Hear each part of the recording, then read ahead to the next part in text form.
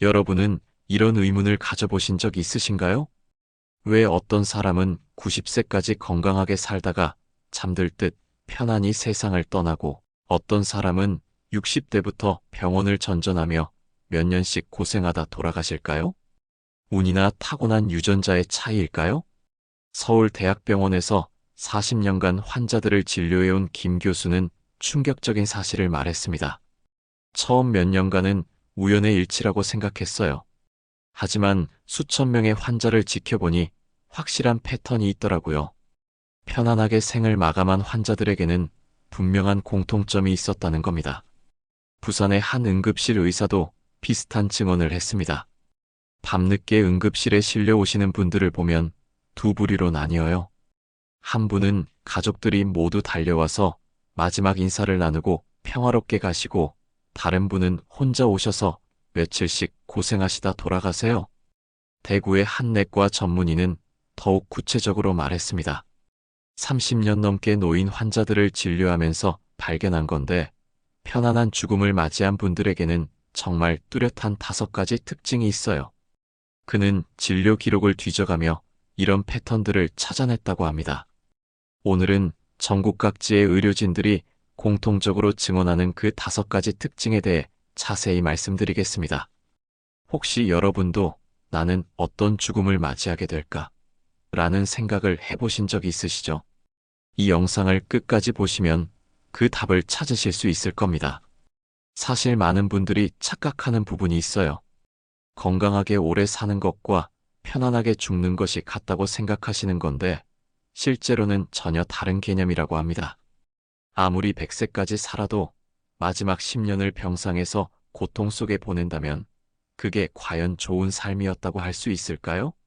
첫 번째 특징입니다. 만성질환을 일찍부터 관리한 사람들이었습니다. 여기서 중요한 건 일찍부터라는 점이에요. 병이 심해진 다음에 관리하는 게 아니라 초기 단계부터 철저히 관리한 사람들이었습니다. 광주의 한 내과 의사가 기억하는 환자 이야기입니다. 82세 할아버지였는데 48세부터 당뇨를 앓고 계셨어요. 보통 당뇨 환자들은 약만 먹으면 된다고 생각하시는데 이분은 달랐습니다. 진단받은 그날부터 생활 전체를 바꿔버리셨거든요. 매일 새벽 5시 30분에 일어나서 1시간씩 걸으셨어요. 비가 와도 눈이 와도 실내에서라도 걸으셨거든요. 그 의사는 말합니다. 식단도 완전히 바꾸셨어요. 흰쌀밥 대신 현미밥, 기름진 음식 대신 담백한 음식으로요. 정말 놀라운 건 이분이 34년 동안 당뇨를 앓으면서도 합병증이 전혀 없었다는 점입니다. 시력도 정상이고 신장 기능도 정상, 혈관 상태도 양호했어요. 마지막에 병원에 오셔서도 선생님, 이번에도 수치 좋죠? 하고 웃으면서 물어보셨어요. 이분은 어떻게 돌아가셨을까요? 어느 날 아침 평소처럼 산책을 나가셨는데 집 앞에서 갑자기 쓰러지신 거예요. 심근경색이었는데 병원에 도착했을 때는 이미 의식이 없는 상태였습니다. 하지만 고통스러워하지 않으셨고 가족들이 도착한 후 조용히 숨을 거두셨다고 해요. 34년간 당뇨를 관리하시면서 단 하루도 약을 거르지 않으셨어요. 그리고 마지막까지 스스로 걸어 다니셨거든요. 담당 의사의 증언입니다. 반대 사례도 있습니다. 같은 병원의 다른 환자는 55세에 당뇨를 진단받았지만 관리를 소홀히 했어요. 처음 몇 년은 약도 잘 안 드셨고 괜찮다, 괜찮다 하시면서 단 음식도 계속 드셨어요. 의사가 아무리 설명해도 아직 젊으니까 괜찮을 거야 라며 넘겨버리셨다고 합니다. 결과는 어떻게 됐을까요? 65세부터 합병증이 시작됐어요. 먼저 시력이 나빠지더니 70세에는 신장 투석을 받아야 했습니다. 다리 혈관도 막혀서 걷기가 힘들어졌고 75세에는 거의 침대에서만 생활하게 됐어요. 마지막 5년은 정말 고생스러우셨어요. 투석 받으러 일주일에 3번씩 병원에 와야 했고 온몸이 붓고 아파서 잠도 제대로 못 주무셨거든요.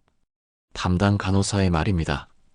결국 80세에 여러 합병증으로 인해 중환자실에서 한 달 넘게 지내시다가 돌아가셨습니다. 두 환자의 차이점은 무엇이었을까요?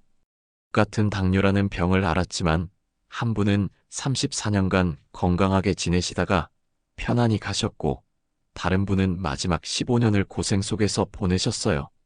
그 차이는 바로 언제부터 관리를 시작했느냐였습니다. 의학적으로도 이는 명확한 근거가 있습니다. 당뇨병은 혈당이 높은 상태가 지속되면서 혈관을 손상시키는 병이에요. 초기에 혈당을 잘 관리하면 혈관 손상을 최소화할 수 있지만 방치하면 돌이킬 수 없는 손상이 누적됩니다. 혈관은 한번 손상되면 다시 회복되지 않아요. 그래서 초기 관리가 중요한 거죠. 고혈압도 마찬가지입니다. 혈압이 높은 상태가 계속되면 심장, 뇌, 신장에 무리가 가면서 각종 합병증이 생기게 돼요. 하지만 초기부터 혈압을 잘 조절하면 이런 합병증을 대부분 예방할 수 있습니다. 서울의 한 심장내과 의사는 이렇게 말했습니다. 40대, 50대의 고혈압을 진단받고 꾸준히 관리한 분들과 방치한 분들의 70대, 80대 모습은 완전히 달라요. 관리를 잘한 분들은 80세가 되어도 심장 기능이 정상에 가깝지만 방치한 분들은 60대부터 심부전으로 고생하게 된다는 겁니다. 콜레스테롤 관리도 중요합니다. 혈중 콜레스테롤이 높으면 혈관에 플라크가 쌓이면서 동맥경화가 진행돼요. 이것도 초기부터 식단 조절과 운동으로 관리하면 큰 문제가 되지 않지만 방치하면 심근경색이나 뇌졸중의 원인이 됩니다. 만성질환 관리에서 가장 중요한 건 무엇일까요? 의사들이 공통적으로 하는 말이 있어요. 약물 치료는 기본이고 생활 습관 개선이 더 중요하다는 것입니다. 아무리 좋은 약을 먹어도 생활 습관이 나쁘면 병은 계속 진행되거든요. 실제로 만성질환을 잘 관리하신 분들의 공통점을 보면 이렇습니다. 첫째, 규칙적인 운동을 했어요. 격렬한 운동이 아니라 매일 30분 이상 걷는 정도였습니다. 둘째, 식단을 조절했어요. 짜고 단 음식을 줄이고 채소와 과일 섭취를 늘렸습니다. 셋째, 금연과 금주를 실천했어요. 담배와 과도한 음주는 모든 만성질환을 악화시키거든요. 넷째, 정기적으로 병원에서 검사를 받았어요. 수치 변화를 지켜보며 치료법을 조정했습니다. 인천의 한 가정의학과 의사는 이런 경험을 들려줬습니다. 60대 초반의 고혈압, 당뇨, 고지혈증을 한꺼번에 진단받은 환자분이 계셨어요. 보통은 좌절하시는데 이분은 오히려 이제라도 알았으니 다행이다라고 하시더라고요. 그분은 진단받은 다음 날부터 완전히 다른 사람이 됐다고 해요. 새벽마다 동네를 걸으시고 혈압과 혈당을 매일 재서 기록하셨어요. 식단도 부인과 함께 완전히 바꿔서 현미밥과 나물 위주로 드셨다고 합니다. 3개월 후 재검사를 했는데 수치가 눈에 띄게 좋아졌어요. 1년 후에는 약의 용량도 줄일 수 있었고요. 그 의사는 말합니다. 지금 75세인데 아직도 매일 산책하시고 건강하게 지내세요. 작년에는 등산까지 다녀오셨더라고요. 하지만 반대 경우는 어떨까요? 같은 병원의 다른 환자는 비슷한 시기에 똑같은 진단을 받았지만 완전히 다른 반응을 보였습니다. 나이가 들면 다 그런 거 아니야? 라며 심각하게 받아들이지 않으시더라고요. 이분은 약은 먹지만 생활 습관은 전혀 바꾸지 않으셨어요. 여전히 술을 드시고 짠 안주를 좋아하셨죠. 운동도 무릎이 아프다, 날씨가 안 좋다는 핑계로 피하셨습니다. 2년 후부터 합병증이 나타나기 시작했어요. 먼저 당뇨병성 신증이 오더니 곧이어 망막병증까지 생겼거든요. 결국 이분은 70세 전에 실명하시고 신장투석까지 받게 되셨다고 합니다. 두 번째 특징입니다. 걷기와 근력 유지 습관이 있는 사람들이었습니다. 이 부분은 정말 많은 의료진들이 공통적으로 언급하는 특징이에요. 춘천의 한 재활의학과 전문의는 이렇게 말했습니다. 응급실에 실려 오시는 고령 환자들을 보면 금방 알 수 있어요. 평소에 걷기를 꾸준히 하신 분들과 그렇지 않은 분들의 차이를요. 근육량과 골밀도가 확연히 다르다는 겁니다. 걷기를 꾸준히 한 분들은 넘어져도 골절이 잘 안 생기고 회복도 빨라요. 하지만 평소에 움직이지 않던 분들은 작은 충격에도 쉽게 골절이 생기고 회복도 더디다고 합니다. 실제 사례를 보겠습니다. 87세까지 매일 아침 1시간씩 동네를 걸은 할머니가 있었어요. 젊을 때부터 특별한 운동을 하신 건 아니었지만 40년 넘게 산책을 거르지 않으셨다고 해요. 비가 오면 집 안에서 제자리 걸음을 하셨고 눈이 오면 실내 쇼핑몰을 걸으셨어요. 정말 하루도 빠뜨리지 않으셨거든요. 그분의 딸이 증언합니다. 이 할머니의 놀라운 점은 87세까지도 지팡이 없이 혼자 걸어 다니셨다는 거예요. 병원 검사에서도 골밀도가 60대 수준으로 나올 정도였습니다. 근력도 또래에 비해 월등히 좋았어요. 마지막까지도 스스로 화장실을 다니고 식사 준비도 하셨어요. 세탁물을 빨아서 널기까지 혼자 하셨거든요. 담당 의사의 말입니다. 그럼 이분은 어떻게 돌아가셨을까요? 평소와 똑같이 아침 산책을 다녀오신 후 아침 식사를 하시다가 갑자기 어지럽다고 하셨어요. 뇌출혈이었는데 의식을 잃기 전까지도 괜찮다며 가족들을 안심시키셨다고 해요. 병원에서 이틀간 치료받으시다가 평화롭게 돌아가셨습니다. 마지막 순간까지도 고통스러워하지 않으셨어요. 자연스럽게 잠들듯이 가셨거든요. 담당 간호사의 증언입니다. 반대 사례도 있습니다. 65세부터 무릎이 아프다며 걷기를 꺼린 75세 남성이 있었어요. 처음에는 정말 무릎에 문제가 있었는데 치료 후에도 움직이기를 싫어하셨다고 해요. 집에서 TV만 보시고 밖에 나가는 것도 싫어하셨어요. 가족들이 산책하자고 해도 피곤하다, 귀찮다고 하시면서요. 그분의 아들이 말합니다. 결과는 어떻게 됐을까요? 68세부터 근육량이 급격히 줄어들기 시작했어요. 70세에는 계단 오르기도 힘들어 하시더니 72세에는 집 안에서도 지팡이가 필요하게 됐습니다. 근육이 줄어들면서 기초대사량도 떨어지고 면역력도 약해졌어요. 감기 한번 걸리면 폐렴으로 번지는 경우가 많았거든요. 담당 의사의 설명입니다. 결국 이분은 75세에 폐렴으로 입원하신 후 거동이 더욱 불편해지셨고 78세에는 거의 침대에서만 생활하게 됐어요. 욕창도 생기고 근육 위축도 심해져서 마지막 3년은 정말 고생스럽게 지내시다가 돌아가셨습니다. 의학적으로 근육량 유지가 왜 중요할까요? 먼저 기초대사량과 직접 관련이 있어요. 근육이 줄어들면 에너지 소모량이 떨어지면서 비만이 되기 쉽고 이는 다시 각종 질병의 원인이 됩니다. 또한 근육은 혈당 조절에도 중요한 역할을 해요. 근육에서 포도당을 소비하기 때문에 근육량이 많을수록 혈당 조절이 쉬워집니다. 근육량이 줄어들면 당뇨병 위험이 높아진다는 연구 결과가 많아요. 심폐기능 향상 효과도 있습니다. 걷기 운동은 심장과 폐를 강화시켜서 전신의 혈액순환을 개선합니다. 또한 뇌에도 충분한 산소와 영양분을 공급해서 치매 예방에도 도움이 돼요. 매일 30분 이상 걷는 노인들의 치매 발병률이 그렇지 않은 노인들보다 40% 낮다는 연구 결과가 있어요. 서울의 한 신경과 전문의의 말입니다. 뼈 건강에도 걷기는 필수입니다.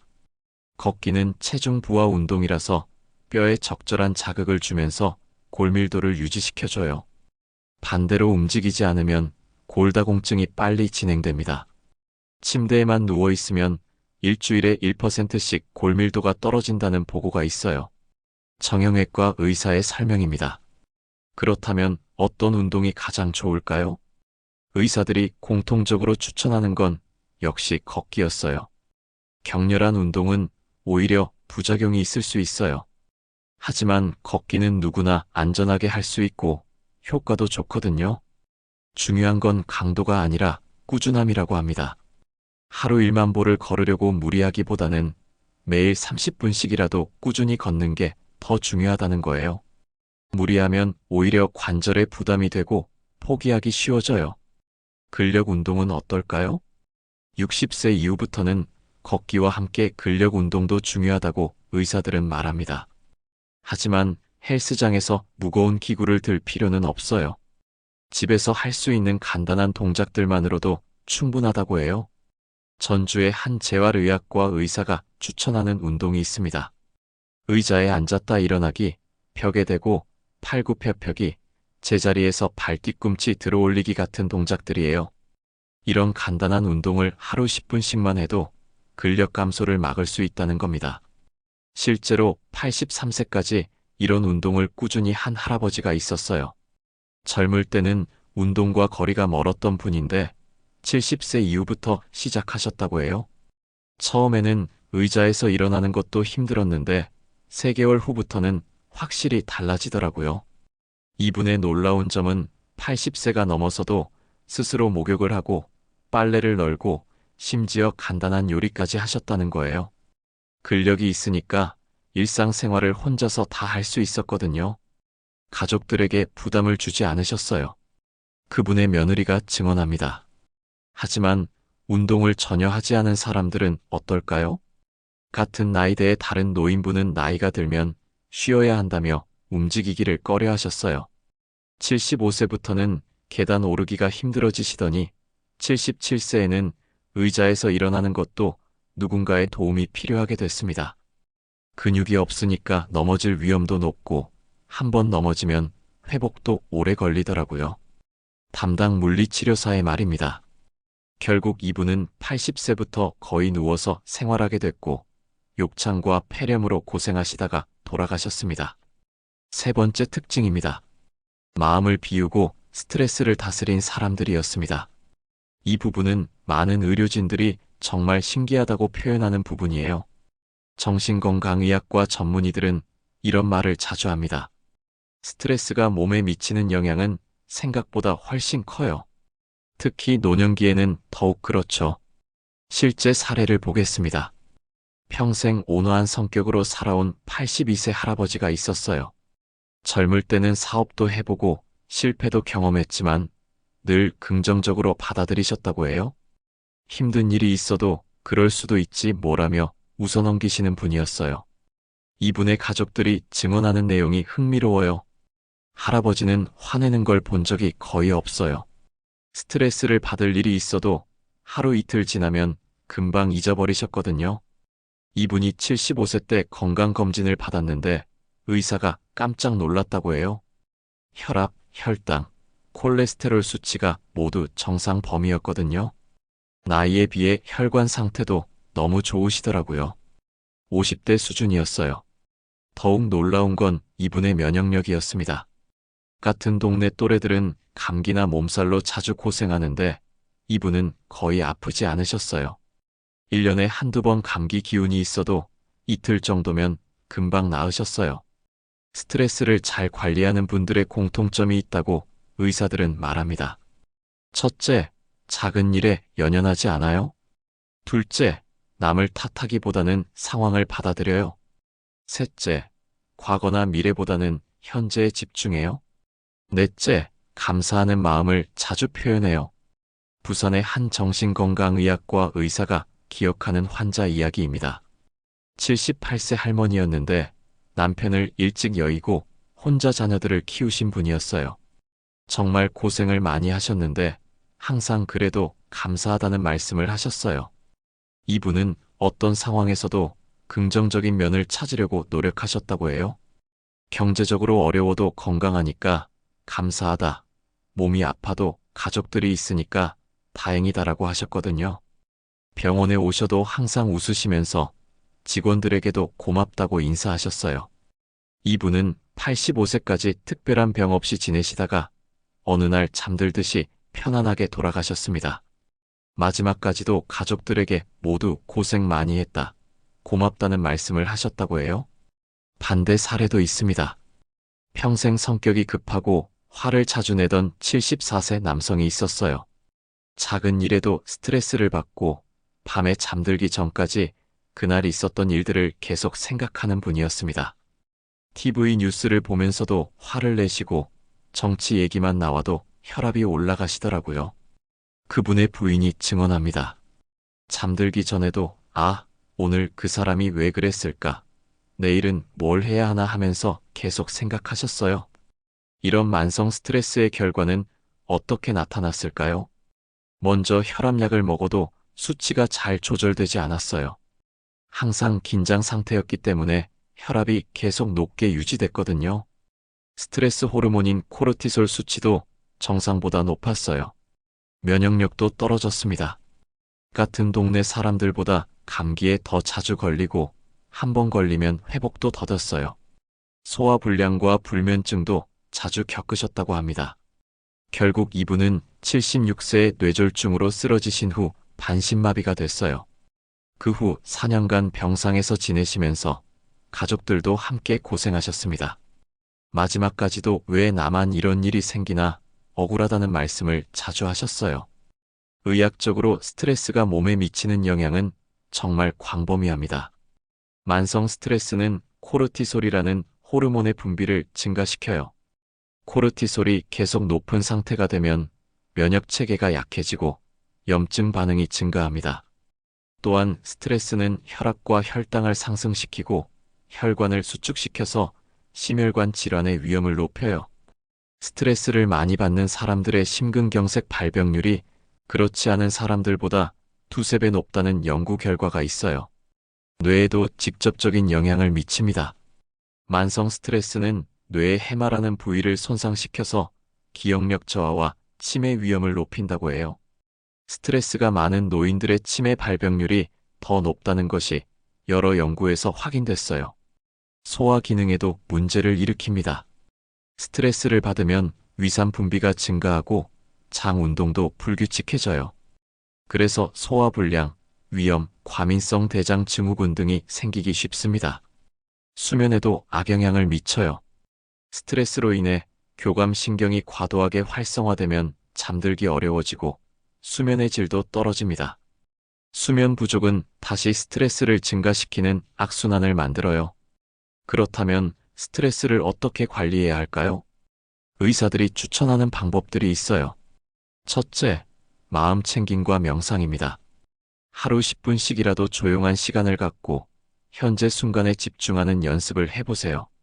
복잡한 생각을 멈추고 숨쉬기에만 집중하는 것만으로도 스트레스가 줄어들어요. 둘째, 감사일기 쓰기예요. 매일 잠들기 전에 그날 감사했던 일 3가지를 적어보는 거예요. 긍정적인 생각을 하는 습관이 생기면서 스트레스 대처 능력이 향상돼요. 셋째, 규칙적인 운동이에요. 걷기나 요가 같은 가벼운 운동도 스트레스 호르몬을 줄이고 기분 좋은 호르몬인 엔도르핀을 분비시켜줘요. 넷째, 충분한 수면입니다. 하루 7-8시간의 충분한 수면은 스트레스 회복에 필수예요. 다섯째, 취미 활동을 갖는 것입니다. 독서, 원예, 그림 그리기 등 자신이 즐길 수 있는 활동을 통해 스트레스를 해소할 수 있어요.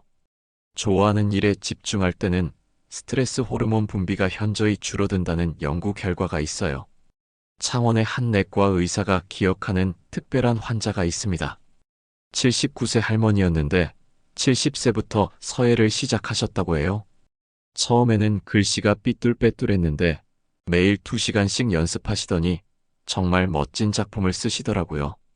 이분은 서예에 집중할 때면 모든 걱정을 잊는다고 하셨어요. 붓을 잡고 한 글자 한 글자 쓸 때마다 마음이 평화로워진다고 하셨거든요. 서예를 시작한 후로 불면증도 사라지고 혈압도 안정됐어요. 또한 서예 교실에서 새로운 친구들도 만나게 됐고 작품 전시회도 열어서 성취감도 느끼셨다고 해요. 80세 생일에는 손자들에게 직접 쓴 글씨를 선물하셨는데 모두들 감동해서 눈물을 흘렸어요. 이분은 어떻게 돌아가셨을까요? 85세까지 건강하게 지내시다가 어느 날 평소처럼 서예 연습을 하시던 중에 갑자기 쓰러지셨어요. 뇌경색이었는데 의식을 잃기 전까지도 오늘 글씨가 잘 써졌다고 만족스러워 하셨다고 해요. 가족들이 모인 가운데 조용히 숨을 거두셨습니다. 네 번째 특징입니다. 사람과의 관계를 끊지 않은 사람들이었습니다. 노인의학 전문의들이 가장 강조하는 부분 중 하나예요. 사회적 고립은 흡연이나 음주만큼이나 건강에 해롭다는 연구 결과들이 나오고 있어요. 서울의 한 노인의학과 전문의의 말입니다. 혼자 사는 노인과 가족, 친구들과 자주 만나는 노인의 사망률이 확연히 차이가 나거든요. 실제로 90세까지 건강하게 지낸 한 할머니의 이야기입니다. 남편을 75세에 여의고 혼자 살게 됐지만 사회적 관계를 포기하지 않으셨어요. 매주 일요일에는 자식들이 돌아가며 찾아왔고 평일에도 거의 매일 누군가와 전화 통화를 하셨다고 해요. 할머니는 동네에서 인기가 많으셨어요. 경로당에서도 리더 역할을 하시고 아픈 분들을 돌봐주기도 하셨거든요. 그분의 딸이 증언합니다. 이분의 특별한 점은 새로운 관계를 만들어가는데도 적극적이셨다는 거예요. 80세가 넘어서도 동네 새로 이사온 분들에게 먼저 다가가서 인사하시고 도움이 필요한 일이 있으면 나서서 도와주셨어요. 나이가 들어도 친구 만들기를 포기하지 않으셨어요. 또한 자원봉사 활동에도 참여하셨어요. 복지관에서 혼자 사는 다른 어르신들에게 반찬을 만들어 나누는 봉사를 10년 넘게 하셨거든요. 누군가를 돕는다는 것 자체가 큰 보람이었다고 하셨어요. 이분은 마지막까지도 활발한 사회적 관계를 유지하셨어요. 89세의 가벼운 뇌졸중으로 입원했을 때도 병실에 문병객이 끊이지 않았다고 해요. 가족들뿐만 아니라 동네 친구들, 봉사활동 동료들, 경로당 친구들까지 매일 찾아왔거든요. 할머니는 병상에서도 이렇게 많은 사람들이 걱정해주니 감사하다고 하셨어요. 담당 간호사의 말입니다. 회복도 빨랐어요. 2주 만에 퇴원해서 다시 일상생활을 하셨거든요. 그리고 90세 생일날 가족들과 친구들이 모인 자리에서 모두들 고맙다는 인사를 남기고 그날 밤 조용히 돌아가셨습니다. 반면 사회적으로 고립된 노인들의 경우는 어떨까요? 자식들과 관계가 소원하고 친구들과도 연락이 끊어진 77세 남성이 있었어요. 젊을 때는 성격이 괜찮았는데 은퇴 후부터 점점 까다로워지시더니 주변 사람들과 멀어지게 됐다고 해요.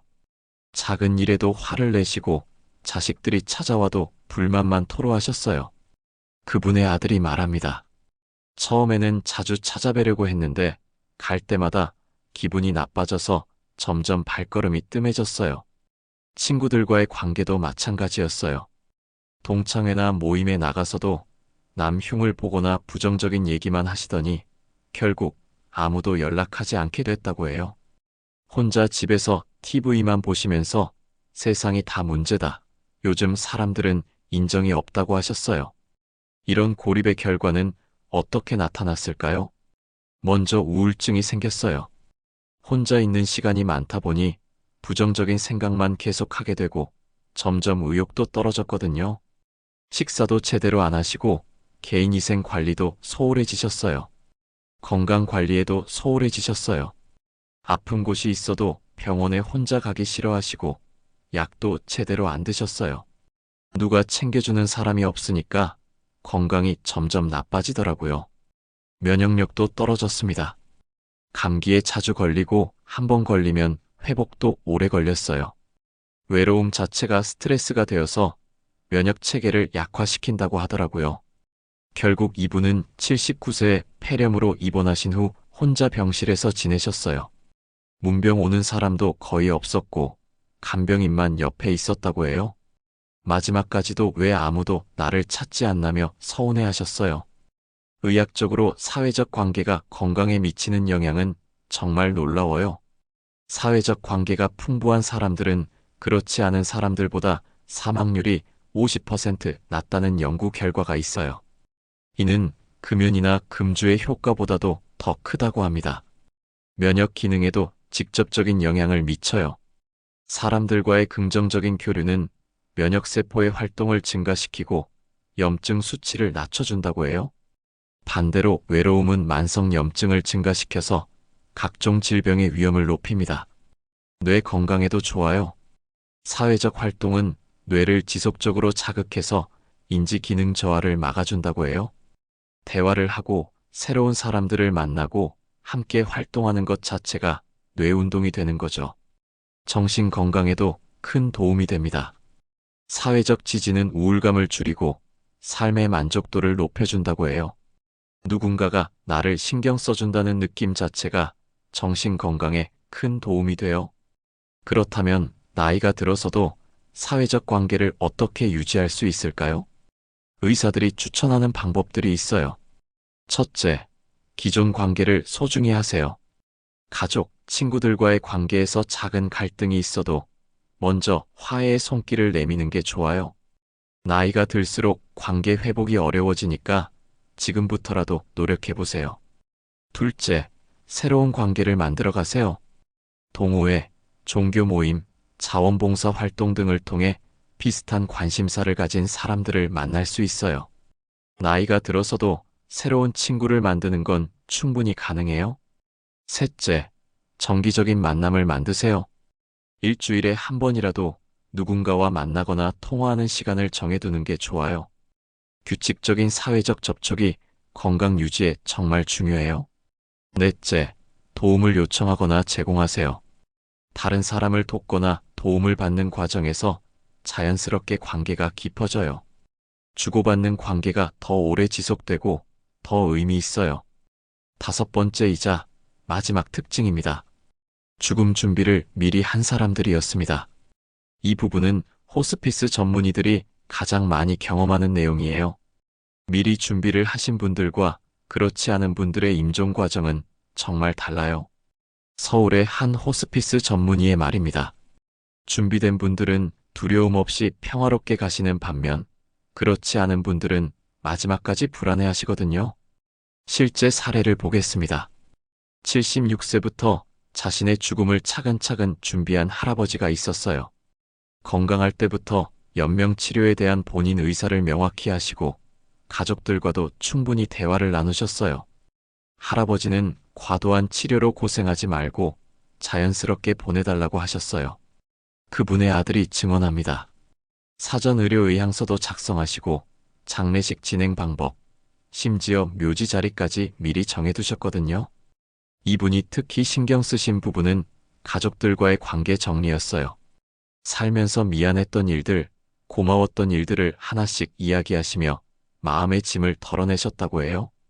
젊었을 때 바빠서 가족들과 시간을 많이 못 보낸 것에 대해 진심으로 사과하셨어요. 또한 자신이 모아둔 물건들도 미리 정리하셨어요. 중요한 서류들은 어디에 있는지 가족들에게 알려주시고 기념품들도 누구에게 줄지 미리 정해두셨거든요. 심지어 자신의 일대기를 손글씨로 써서 후손들에게 남기기도 하셨어요. 이분은 80세에 암 진단을 받았는데 놀랍게도 전혀 당황하지 않으셨어요. 이미 마음의 준비가 돼 있으니까 담담하게 받아들이시더라고요. 과도한 치료보다는 편안한 시간을 선택하셨고 호스피스 케어를 받으며 가족들과 소중한 시간을 보내셨습니다. 마지막 몇 달은 정말 평화로우셨어요. 고통스러워하지 않으시고 오히려 가족들을 위로해 주셨거든요. 담당 호스피스 간호사의 말입니다. 그리고 가족들이 모두 모인 가운데 모두 고생 많았다. 행복하게 살아라는 말을 남기고 조용히 숨을 거두셨습니다. 반면 죽음을 준비하지 않은 경우는 어떨까요? 갑작스럽게 중병 진단을 받은 72세 환자의 경우를 보겠습니다. 건강하다고 생각하던 중에 췌장암 말기 판정을 받으신 분이었어요. 전혀 예상하지 못한 상황이라 가족들이 모두 패닉 상태였어요. 담당 의사의 말입니다. 연명 치료를 할 것인지 호스피스를 선택할 것인지에 대해 가족들 간의 의견이 엇갈렸어요. 환자 본인도 죽음을 받아들이기 어려워하셨어요. 왜 하필 나에게 이런 일이 생겼나? 아직 할 일이 많은데라며 계속 괴로워하셨거든요. 치료 과정에서도 꼭 살려달라며 고통스러운 치료를 고집하셨습니다. 가족들도 준비가 안 돼 있다 보니 혼란스러웠어요. 무엇보다 환자분의 진짜 의사를 모르겠더라고요. 평소에 그런 대화를 나눈 적이 없으니까요. 그분의 부인이 말합니다. 결국 이분은 중환자실에서 각종 의료기기에 연결된 채 한 달을 보내셨어요. 의식도 거의 없는 상태에서 인공호흡기에 의존해서 연명하셨거든요. 가족들도 매일 병원에 와서 지켜보는 게 너무 고통스러웠어요. 마지막 순간에도 평화롭지 못했습니다. 여러 가지 의료기기 소음 속에서, 가족들의 울음소리 속에서 돌아가셨거든요. 준비가 안 돼 있으니까 모든 과정이 혼란스럽고 고통스러웠어요. 죽음 준비가 중요한 이유는 무엇일까요? 첫째, 심리적 평안을 가져다 줍니다. 죽음을 미리 준비한 사람들은 두려움이 적고, 따라서 마지막 시간을 더 의미 있게 보낼 수 있어요. 죽음에 대한 불안이 줄어들면 오히려 삶의 질이 향상됩니다. 둘째, 가족들의 부담을 줄여줍니다. 갑작스러운 상황에서 중요한 결정을 내려야 하는 가족들의 스트레스를 덜어줄 수 있어요. 미리 의사를 밝혀두면 가족들이 죄책감 없이 결정할 수 있거든요. 셋째, 존엄한 죽음을 가능하게 합니다. 자신이 원하는 방식으로 생을 마무리할 수 있어요. 본인의 의지가 존중되는 죽음이야말로 진정한 웰다잉이죠. 그렇다면 죽음 준비는 어떻게 할 수 있을까요? 의료진들이 추천하는 방법들을 알려드리겠습니다. 첫째, 사전의료의향서를 작성하세요. 연명치료, 임종장소, 장기기증 등에 대한 본인 의사를 미리 문서로 남겨두는 거예요. 건강할 때 작성해야 진짜 본인 의사가 반영될 수 있어요. 둘째, 가족들과 솔직한 대화를 나누세요. 죽음에 대한 생각, 치료에 대한 희망사항 등을 미리 공유해두세요. 가족들이 본인의 가치관을 알고 있어야 적절한 결정을 내릴 수 있어요. 셋째, 실무적인 준비를 하세요. 중요 서류의 위치, 재산 정리, 장례식 희망사항 등을 미리 정해두는 거예요. 이런 준비가 있으면 가족들이 혼란스러워하지 않아요. 넷째, 마음의 정리를 하세요. 후회하는 일들, 용서하고 싶은 일들, 감사한 일들을 정리하고 표현해두세요. 마음의 짐을 털어내면 더 평화로운 마지막을 맞이할 수 있어요. 지금까지 의사들이 공통적으로 말하는 5가지 특징을 살펴봤습니다. 정리해보면 이렇습니다. 첫째, 만성질환을 일찍부터 관리한 사람들이었습니다. 병이 생긴 초기부터 약물 치료와 함께 생활 습관을 개선해서 합병증을 예방했어요. 둘째, 걷기와 근력 유지 습관이 있는 사람들이었습니다. 매일 꾸준한 운동으로 근육량과 골밀도를 유지해서 마지막까지 활동할 수 있었어요. 셋째, 마음을 비우고 스트레스를 다스린 사람들이었습니다. 긍정적인 마음가짐과 효과적인 스트레스 관리로 면역력을 유지했어요. 넷째, 사람과의 관계를 끊지 않은 사람들이었습니다. 가족, 친구들과의 지속적인 교류로 정신적, 신체적 건강을 지켰어요. 다섯째, 죽음 준비를 미리 한 사람들이었습니다. 죽음을 자연스러운 과정으로 받아들이고 미리 준비해서 평화로운 마지막을 맞이했어요. 이 모든 특징들의 공통점은 무엇일까요? 바로 특별한 재능이나 많은 돈이 필요한 것이 아니라는 점입니다. 누구나 일상 속에서 실천할 수 있는 것들이에요. 중요한 건 언제부터 시작하느냐입니다. 60대, 70대가 되어서 급하게 시작하는 것보다는 50대부터 미리 준비하는 게 좋아요. 하지만 지금이라도 늦지 않았어요. 시작하는 게 중요하거든요. 전국의 많은 의료진들이 공통적으로 하는 말이 있어요. 건강하게 오래 사는 것도 중요하지만 어떻게 생을 마무리하느냐가 더 중요하다는 것입니다. 아무리 100세까지 살아도 마지막 10년을 병상에서 고통 속에 보낸다면 그게 과연 좋은 삶이었다고 할 수 있을까요? 반대로 비록 80세의 생을 마감하더라도 마지막까지 존엄을 지키며 평화롭게 간다면 그것이야말로 진정한 성공한 삶이 아닐까요? 나이가 들수록 삶의 질이 양보다 더 중요해집니다. 한 노인의학과 교수의 말입니다.